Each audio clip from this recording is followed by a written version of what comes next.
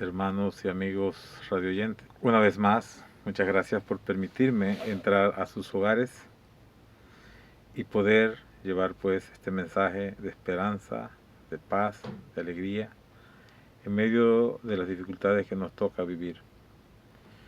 Ciertamente el mundo vive convulsionado, con problemas, con situaciones a veces adversas. Y el cristiano tiene que ser un hombre de esperanza. Cuando empezó la pandemia, la gente vivía atemorizada, nos vamos a morir. Y empezó esa pandemia y empieza a difundirse por todo el mundo y de repente está en Panamá. Y de repente se detectan casos en Soná, Veraguas. Y allí se va difundiendo, difundiendo. Y hasta comunidades más remotas pues llegó el virus. De repente se vislumbra una esperanza, pues se ha logrado una vacuna. Y está pues el proceso de vacunación. Panamá, desde luego que no empezó en Panamá, en otros países primero. Después llegó la vacuna a Panamá en enero y ya va ese proceso de vacunación. Y a pesar de que aparecen cepas nuevas, más fuertes, pero sin embargo a veces vemos que hay disminución, a veces vemos que se alzan. Y ahí vamos pues luchando contra el virus. Incluso cristianos se han visto afectados y supongo que también otras religiones igual, pues no se puede eh, permitir aglomeraciones porque el virus es contagioso. Y esas son pues las luces, las sombras, luces y sombras, tristezas y alegrías que día a día va viviendo el mundo en su lucha, en su presencia, en este actuar de cada día. Por eso entonces tenemos nosotros que confiar en Dios. Al inicio hacíamos una oración en esta emisora pidiendo al Señor que los científicos fueran iluminados para lograr esa vacuna. Yo creo que también ya es una respuesta de Dios el tener una vacuna. Ahora esperamos también que esa vacuna llegue a los más pobres. Porque hay mucha gente, por ejemplo, que ha ido a vacunarse a Miami, pero todo el mundo no tiene plata para irse a vacunar a Miami. Entonces necesitamos pues que los gobiernos también esa vacuna llegue a los más pobres, a los más necesitados. Y que el virus poco a poco vaya cediendo y vaya desapareciendo. En el año 1918 se dio la gripe llamada española, murieron 50 millones de personas. Actualmente creo que van 4 millones de personas muertas. Y quizás ojalá pues que la controlen a tiempo y no sea más. 4 millones prácticamente de la población de Panamá. Y que no sean más las personas que mueran como consecuencia de este virus que causa tanto daño en la sociedad, en el mundo.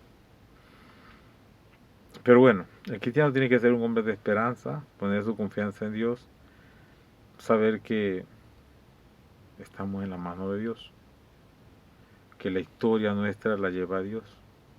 Hoy el texto del Evangelio, los que han escuchado la Eucaristía o los que participan en la Eucaristía, nos presenta un texto muy bonito, porque Jesús le dice a sus discípulos, los envío como ovejas en medio de lobos.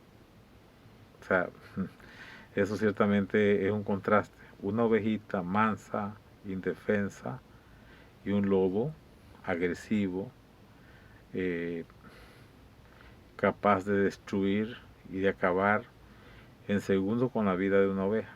Y Jesús dice, los mando como ovejas en medio de lobos. O sea, ser cristiano en el mundo de hoy es estar dispuesto a ser devorado por los lobos. Los lobos que son rapaces, que son destructivos, que dañan. Entonces el cristiano tiene que saber que la vida de seguir a Dios no es que sea tan fácil, porque se puede sucumbir. Y la historia de la iglesia, desde que se inició, desde que Cristo predicó y lo clavaron en la cruz, sus discípulos fueron perseguidos. Incluso aquel que fue llamado posterior Pablo de Tarso, una vez que encuentra a Cristo, igual también es perseguido y muere decapitado en Roma. Y así la historia de todos aquellos hombres valientes que quieren seguir a Cristo, pues van a padecer persecución, van a sufrir críticas. Los envío como ovejas en medio de lobos. Entonces, yo puedo ir a la iglesia, yo puedo estar en la iglesia, yo puedo estar bautizado, pero yo tengo que cuestionarme, ¿soy oveja o soy lobo? Capaz de destruir a las ovejas, capaz de destruir al prójimo. Eso es interesante que nosotros nos preguntemos hoy, en la lectura que nos presenta hoy, la liturgia de la palabra. Los envío como ovejas en medio de lobos. Entonces podemos no ser lobos, sino ser ovejas. Optar por el bien, optar por hacer el bien, optar por servir. Y en este tiempo de pandemia se ha dado tantos casos de enfermeras que han dado la vida, médicos que han dado la vida, personas que se han contagiado tratando de servir a otros, y personas buenas que han muerto también. De nosotros, de nuestro ámbito, de nuestra cercanía, han muerto personas muy queridas, personas que uno piensa no debieron morir porque estaban llamados a hacer mucho bien, personas que hacían bien. Recuerdo, por ejemplo, una señora cantaba en Catedral, Lili, la señora Lili, una señora que no le hacía daño a nadie, una señora buena. Y bueno, le dio el virus y se fue. Pienso, por ejemplo, en un joven, Manuel Trejos, 40 años, con una familia, 2 hijos, una esposa, luchando. También lo agarró el virus y se fue. Pienso, por ejemplo, en una maestra, María Ismaela Pinzón de Núñez, una mujer joven, una mujer buena, amiga mía. Llegaba a su casa a echar cuento, a conversar con ella. Conversábamos no negativos, sino cosas positivas. Y tenía tiempo que no la veía precisamente por el virus, porque uno le da miedo a veces visitar a la gente porque no se sabe si uno lleva el virus y contagia a alguien, no quiere contagiar a nadie. Entonces, esta persona también cogió el virus y murió. Pienso, por ejemplo, en una señora devota del Nazareno con su hija, su hijo.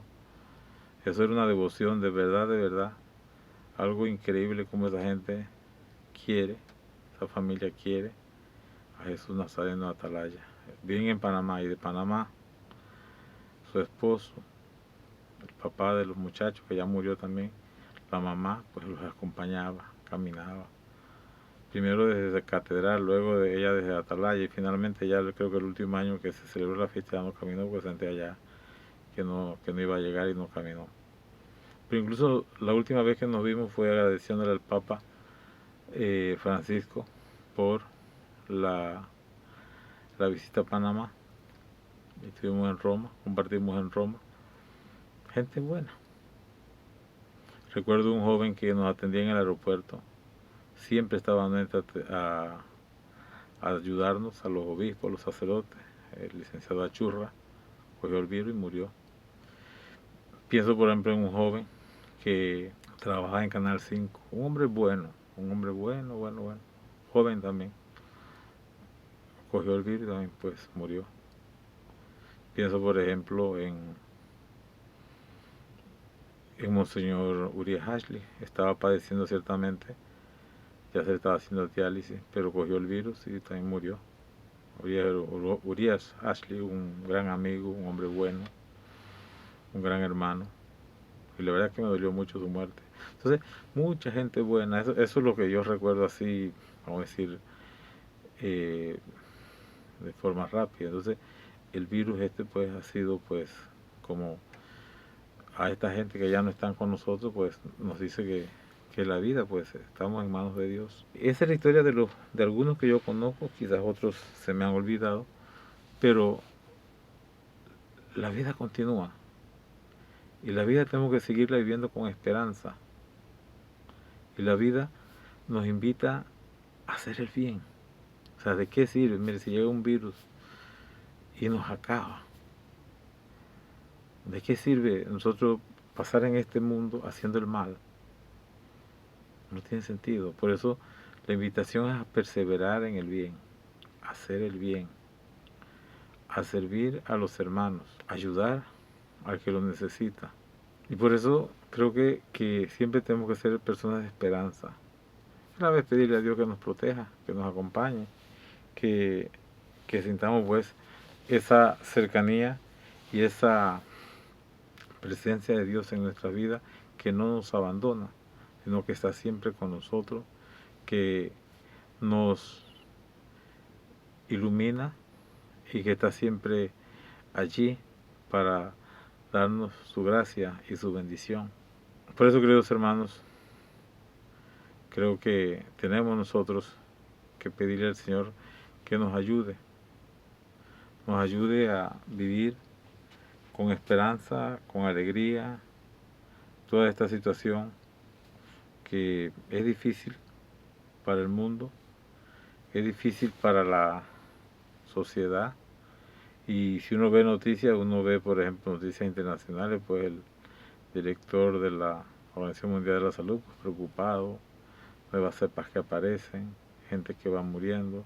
Hay países donde diariamente mueren 500, 600 personas, por la gracia de Dios.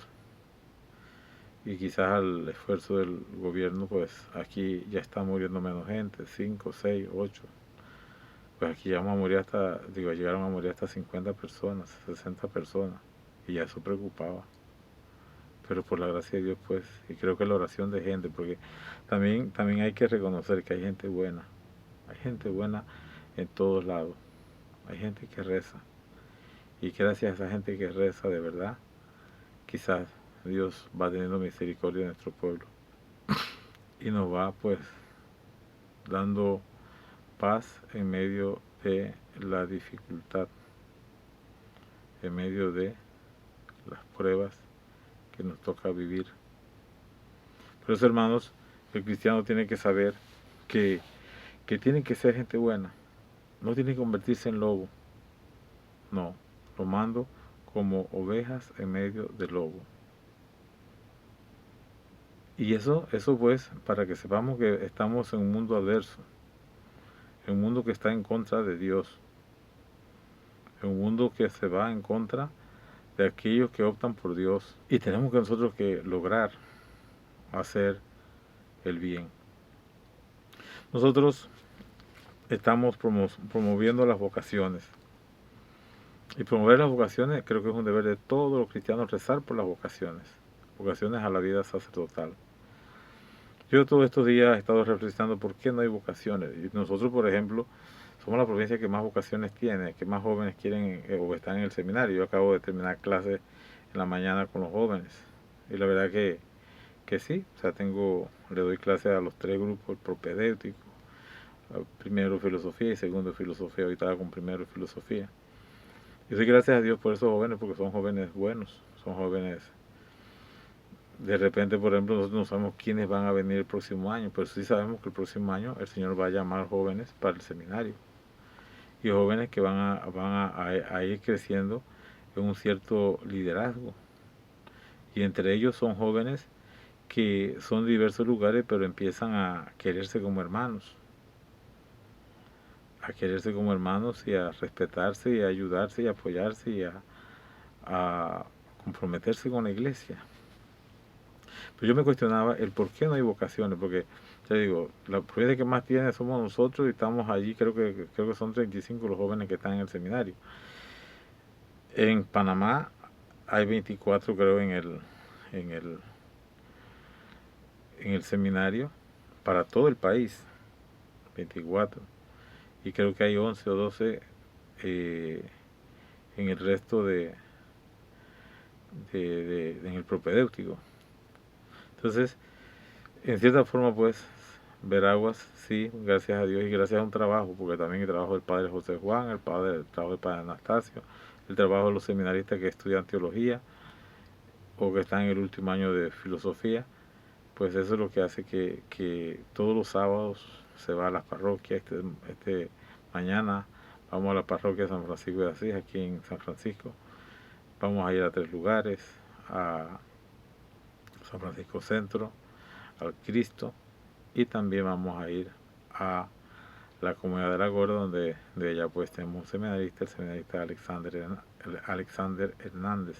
Y vamos a ir allá, porque esos son los lugares pues que se van a visitar y que se han escogido para hablar a los jóvenes sobre vocación, sobre el llamado que hace Dios a servirle. Pero ¿por qué no hay vocación? ¿Por qué? Porque a veces los papás cometen un error. Está el niño pequeñito y dice, yo quiero que seas policía.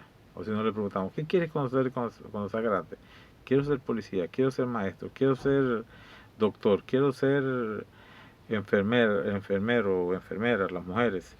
Quiero, o sea, y les vamos metiendo poesía. Tú tienes que ser médico, tú tienes que ser ingeniero, tú tienes que ser policía, tú tienes que ser periodista. Y le vamos metiendo al niño ideas.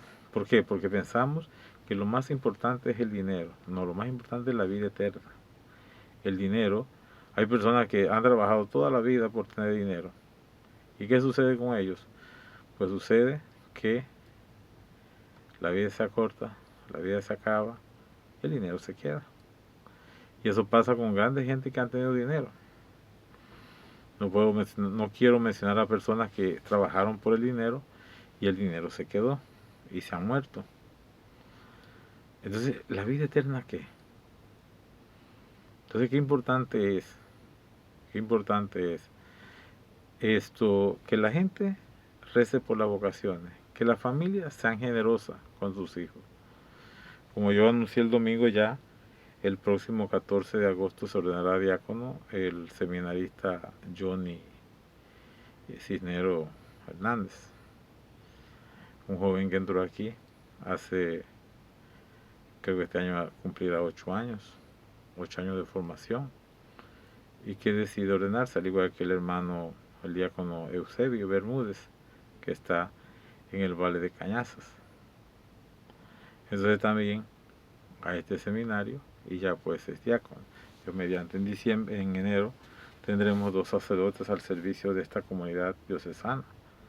Entonces el Señor nos sigue regalando vocaciones. De hecho, cuando empieza un grupo, empiezan 10, empiezan 12, empiezan 8, empiezan 7, empiezan 9, pero a lo largo del tiempo van saliendo, y van perseverando poquito. De este grupo, por ejemplo, de Eusebio, pues está solamente terminó Eusebio, solo. Del grupo de Johnny, pues hay 2. Hay otro que también termina, pero no ha manifestado hasta la fecha si quiere recibir la ordenación eso es libre. Porque a pesar de que está en el seminario, no por el hecho que termine la carrera, se le va a ordenar, sino si ellos lo piden, si ellos lo desean. Si ellos, una vez terminados, dicen, no, yo no me quiero ordenar, pues se les respeta. No se quiere ordenar, se les respeta. Entonces, eso es importante que nosotros lo entendamos también. Eso, mientras ellos están aquí, porque sienten el llamado, sienten la responsabilidad, sienten el compromiso. Pero donde voy es que la familia, qué importante es la familia cristiana. Qué importante es la familia, o sea, en la familia tiene que haber un ambiente religioso, o sea, como está el mundo convulsionado, y lo decía yo hoy en la homilía, el mundo está muy convulsionado. En, en Canadá, por ejemplo, se le echa la culpa de unos cadáveres que han encontrado en unos internados que algunos los llevó la iglesia, y se cree pues que la iglesia asesinó a estos niños, no sabemos cuál es la historia, niños indígenas, que la iglesia, no fue la iglesia, el gobierno, construyó esos internados y algunos se los dio a la iglesia para que los llevara. Entonces ahora se quiere juzgar a la iglesia desde ese pasado que no sabemos cuál es. Recordemos que hubo una guerra mundial, recordemos que hubo una gripe española, y eso no es de ayer ni de anteayer, eso es hace muchos años atrás. Entonces no sabemos cuál es la historia, por qué esos cementerios se dieron en esos internados. Entonces se acusa a la iglesia, que la iglesia fue la que causó tales asesinatos. No sabemos si fue muerte natural. Entonces se va y se prende en iglesia. O sea, ese es el mundo que tenemos. En Colombia ya pues el desorden y todo, ya querían derrumbar estatuas. Estatuas de santos, estatuas religiosas. En España, por ejemplo, en este gobierno que está actualmente, pues una alcaldesa mandó a quitar una cruz que llevaba tiempo, siglos, la mandó a quitar, porque no podía estar esa cruz allí. Entonces la gente que es católica en ese lugar, desde una casa alumbraban el lugar donde estaba la cruz y ponían una cruz con iluminación. Pues multaron a la casa porque no podía hacer. O sea, es precisamente un gobierno adverso a las cosas de Dios. Digo, es una sociedad adversa a las cosas de Dios. Y todo lo que es de Dios les repugna. Entonces, qué importante es que nosotros entonces sí vayamos entendiendo que hay un ambiente adverso y que todos tenemos que rezar. Todos tenemos que rezar. Y hay que rezar en familia. Y rezando en familia seguramente allí van a salir vocaciones. Porque Dios va a iluminar a esos padres. Dios va a iluminar a esas familias. Dios no le va a faltar a esas familias que rezan. Por eso entonces yo creo que tenemos que nosotros, los que hemos sido bendecidos por Dios, por ser familia cristiana, por ser bautizados, por comprometernos con Cristo, con su iglesia, entonces sí tenemos que volver a esa necesidad de orar por las familias, de orar por aquellos que lo necesitan. Entonces, queridos hermanos, tengamos presente pues, estamos llamados a vivir según Dios. Tengamos presente que pueden haber muchas adversidades, pero que Dios siempre estará con nosotros. Tengamos presente que Dios nunca nos abandona, que Dios siempre, siempre estará en medio de nosotros, no nos abandonará y nos animará a cumplir con la voluntad que Él pues nos indica en nuestra vida y en nuestra historia. Y que si estamos aquí en este mundo es para hacer el mayor bien posible. No estamos aquí para hacerle mal a nadie, sino para hacer el mayor bien posible y extender ese bien. No estamos para sembrar odios, para sembrar indiferencia, para sembrar maldad, no, estamos para hacer el bien. Y si podemos hacerle bien a cualquiera, pues hagámoslo. Hagamos el mayor bien posible y nuestro mundo será diferente. Queridos hermanos, los invito pues a participar el domingo en la Eucaristía y los invito a que entendamos que la misión que se nos encomienda es la misión de servir y salvar a este mundo de tanta maldad, de tanto odio, de tanta indiferencia y a rezar por las vocaciones. Y las familias que se comprometan a rezar por las vocaciones. Si en la familia se ve a los padres que rezan, pues los hijos aprenderán a rezar. Si en la familia hay valores positivos de servir y de entrega a los demás, pues los hijos harán lo mismo. Si papá y mamá se quieren, pues los hijos del día que forman una familia también se querrán.